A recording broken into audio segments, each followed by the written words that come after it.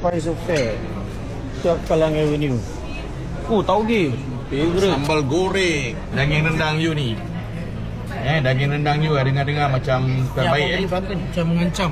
Tuan Mak, okay, try. Tuan Mak pun nampak solid ni. Next better player.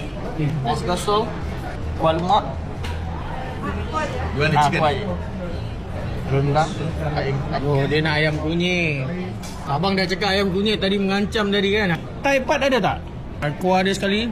Tauge. Tauge important. Ya, rendang sekali lah. Sambal belacan. Tangan juga power Tangan lah, nasi padang makan dengan tangan. Sekarang semua bergaduh nak bayar. Atau Ibrahim P add sama saya tadi. Padang nak kena makan dengan nasi dengan nasi dengan tangan.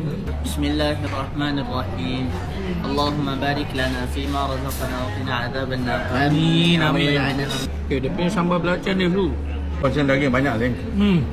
Tak okey. Aku favourite dia punya sambal belacan. Sambal belacan dia. Dah berapa lama jualan kat sini? 11 tahun. 11 tahun? Here? Tapi tak tahu And I read your founder from Jalan Kayu, Seletar. 11 years here. Ya.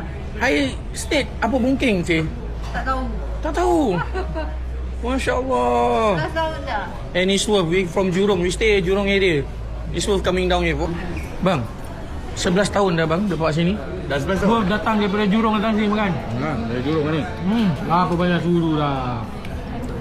Ni Ibrahim dah.